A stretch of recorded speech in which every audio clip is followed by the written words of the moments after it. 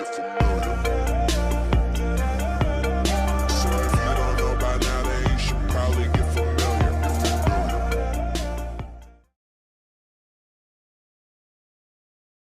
Bonjour les amis traders, j'espère que vous allez tous très bien les gars. Alors aujourd'hui on va parler d'un sujet très important, je vais vous expliquer pourquoi et comment est-ce que vous pouvez travailler la psychologie. Je vous ai récemment demandé sur Telegram les raisons qui vous empêchent aujourd'hui d'être rentable sur les marchés financiers. Et le problème pour la plupart d'entre vous, c'est la psychologie. Alors quand on parle de psychologie, il y a plusieurs éléments, la peur de prendre un trade, de perdre de l'argent, de ne pas respecter le plan à la lettre, etc. Mais dans cette vidéo, on va surtout parler de la peur de louper une opportunité.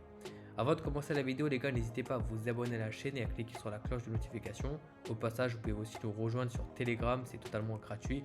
Et si vous souhaitez approfondir vos connaissances, alors dans ce cas-là, rejoignez-nous dans la communauté privée pour avoir accès à la formation, mes analyses, etc. Attention, vous avez tous les détails sur le site internet que vous trouverez en description. Vous avez même la possibilité de prendre un rendez-vous gratuitement sur le site. N'hésitez pas à le faire si vous avez des questions sur le contenu de la formation. Retournons maintenant à la vidéo. Je vais d'abord vous schématiser tout ça. Prenons par exemple une structure baissière. Donc là, on a des hauts de plus en plus bas et des bas de plus en plus bas. Je vais également vous tracer l'outil Premium Discount et un POI quelque part par là. Donc là, idéalement, ce que l'on recherche, c'est que le prix retrace en premium dans ce POI là. Donc lorsque le prix viendra combler cette supply zone, on vendra le marché en M1. Enfin M1, M2, M3, peu importe votre timeframe d'exécution. En gros, on exécute uniquement si un modèle d'entrée se présente dans votre timeframe d'exécution. Autrement dit, si nous avons une confirmation d'entrée. D'ailleurs, j'ai fait une vidéo à ce sujet, je mettrai le lien en description, n'hésitez pas à jeter un œil. Mais vous êtes d'accord avec moi qu'on n'a pas toujours une confirmation d'entrée. Parfois, le prix vient combler la zone et hop, il repart directement à la baisse. Donc, ça arrive souvent, surtout lorsque nous avons une liquidité higher time frame. Bon, là, malheureusement, je n'ai pas le temps de rentrer dans les détails. Mais comment réagir lorsque le prix vient combler la zone et repart directement sans nous? C'est sûr que c'est frustrant de voir le prix réagir dans la zone attendue depuis 2-3 jours et qu'il repart sans nous uniquement parce qu'on n'a pas eu de confirmation d'entrée. On est humain et c'est tout à fait normal que cela nous impacte psychologiquement, émotionnellement. Mais on sait aussi que si notre analyse est correcte sur notre time frame principal, en l'occurrence ici le M15, donc le prix se retournera sur le M15 dans le but d'aller former un nouveau plus bas. Donc même si on loupe le trade en M1 sur cette supply zone, il y a toujours la possibilité de se placer par la suite dans les nouvelles supply zones parce que vous savez que le marché évolue en fractalité. Donc on sait, même si on est sur une phase d'impulsion, le marché ne va pas chuter directement à la baisse. Il fait surtout des petits mouvements, même si les mouvements sont plus importants que la phase de correction parce que c'est une phase d'impulsion forcément. Mais on aura toujours des nouvelles supply zones qui se décideront par la suite où nous pouvons nous positionner. Donc même si vous loupez le trade, ce n'est pas la peine de paniquer, de stresser et de prendre un trade précipité qui ne correspond pas à votre plan, qui ne vaut pas le coup tout simplement. De toute façon, je pense que je le dis assez dans mes vidéos, ne croyez personne sur parole, que ce soit moi ou quelqu'un d'autre. Faites vos propres tests et vous allez vous-même voir que les résultats seront assez concluants. On se retrouve sur l'euro USD, on va voir ensemble quelques exemples concrets. Déjà ici on a le price action de 7 semaines, donc on peut voir ensemble ici que la structure elle est baissière, donc il n'y a pas de doute là-dessus. Le marché a retracé ici, c'est exactement comme je vous ai présenté tout à l'heure sur le schéma. On avait une structure baissière, le prix a retracé où? Eh bien il a retracé dans la zone premium. Donc là idéalement, eh bien on attend le prix sur ce POI là ou ce POI là.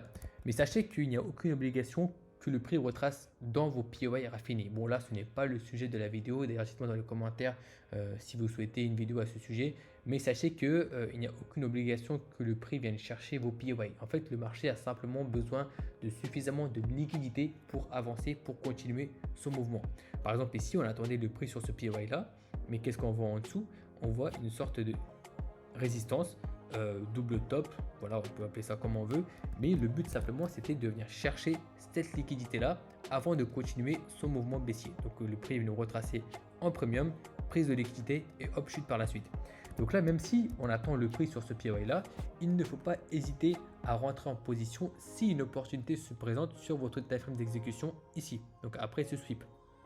Donc là, si jamais c'est le cas, tant mieux, vous pouvez rentrer en position. Si ce n'est pas le cas, eh bien inutile de paniquer, inutile d'essayer de rentrer en position à tout prix, à tout moment, parce qu'on sait que la structure M15 est bearish. Donc là, le but du mouvement baissier ici est d'aller former un plus bas que ce précédent plus bas. D'accord? Donc vous savez certainement que pour aller former ce plus bas là, on va devoir créer différentes supply zones. D'accord? Donc là, ici, on voit que le marché a chuté par là. Ok, on a une chute, le time frame, donc une chute M1, et on voit que le prix est venu casser cette structure là. Donc là, cette zone là correspond à une demand zone M15. Ok, donc là, on a eu donc un retournement interne de la structure. Donc, qui dit retournement interne dit simplement une nouvelle supply zone. Donc, exactement encore une fois comme le schéma que je vous ai présenté tout à l'heure de la structure interne ici et création d'une nouvelle supply zone. Hop. Donc, vous voyez ici que même si on loupe le trade ici, à ce niveau-là, donc là, certes, on loupe quelques pipes, il n'y a pas de souci là-dessus, mais vous voyez que lorsque le prix ira justement se retourner sur votre time frame principal, on aura une nouvelle supply zone qui se créera par la suite dans laquelle on pourra shorter le marché. Donc, soit vous pouvez rentrer en position directement sur du M15, soit rentrer en position sur du M1. Bon, là, c'est pas très clair, mais voilà, vous voyez ce que je veux dire. Donc, soit sur du M1, du M2, peu importe.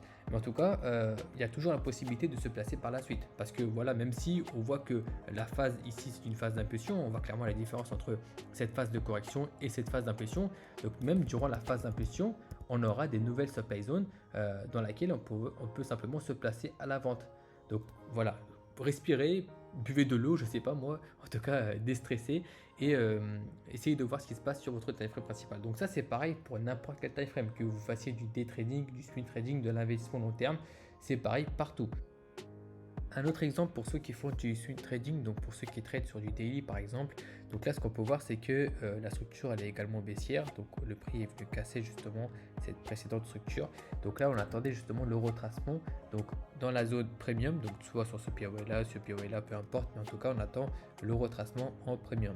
Donc là, lorsque le prix vient retracer sur cette zone-là, on voit que le prix descend assez rapidement. D'accord? Donc là, déjà, la première chose à savoir, c'est que même si le prix vient tout juste chercher la zone, ok, bon, vraiment, c'est assez minime, mais ça risque d'être compliqué de rentrer en position sur ce genre de mitigation sur votre time frame inférieur. Donc, que ce soit du H1, H3, H4, peu importe, eh bien, ça risque d'être assez compliqué. Dans ce cas-là, la même chose, le même principe que sur du M15, eh bien, qu'est-ce qu'on doit faire?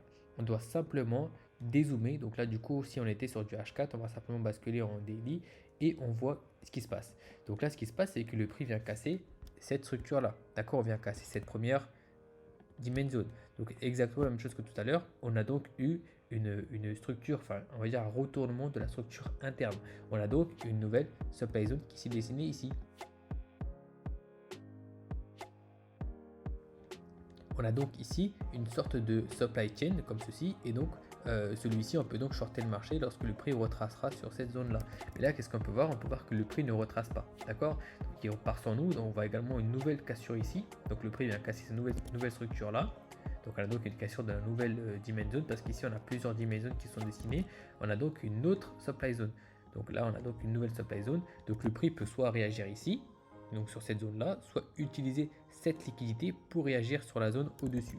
Donc restez à l'affût et regardez justement ce qui se passe sur votre time frame principal, en l'occurrence ici sur du daily. Donc là, soit le prix peut venir chercher, donc même si le prix ne casse pas cette zone là, donc la vente ici est totalement valide. Donc même si le prix casse ici, après il faut devoir mesurer le pullback qui se trouve là et voir justement si ces deux zones se trouvent en premium ou pas. Donc si c'est le cas, la vente soit là sera totalement valide. Donc là qu'est-ce qu'on peut voir? On peut voir que le prix, ok, il va casser directement la structure. Donc on a donc ici un nouveau swing point que nous pouvons tracer. Donc on a donc ici des nouveaux swing points et on va donc ajuster nos zones premium discount.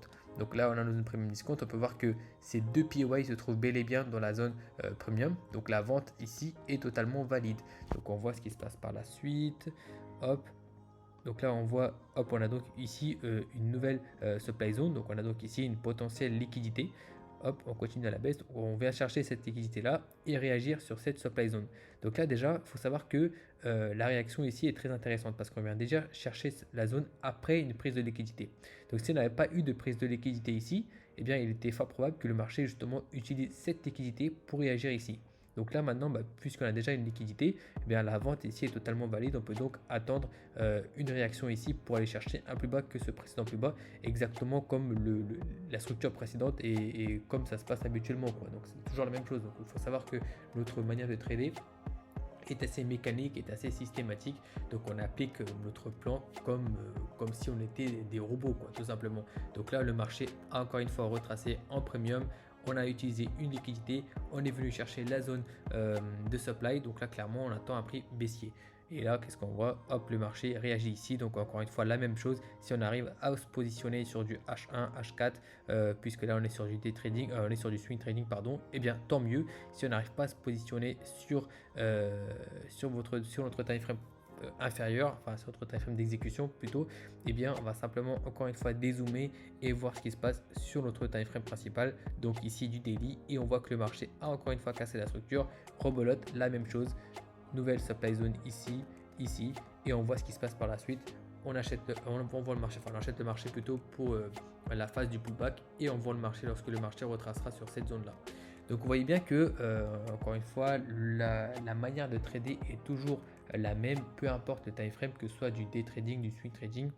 La façon de voir le marché, la vision du marché est toujours la même. Donc vraiment essayez de backtester tout ça. Mais vous allez voir qu'en tradant au quotidien, en appliquant justement ces méthodes d'analyse, inconsciemment vous allez assimiler des choses et petit à petit, naturellement, vous allez voir que cette peur de louper une opportunité disparaîtra avec le temps. Donc voilà les gars, j'espère que cette vidéo-là vous aura plu. Si c'est le cas, n'hésitez pas à la liker, à la partager. Et nous, on se donne rendez-vous dans une prochaine vidéo. Ciao.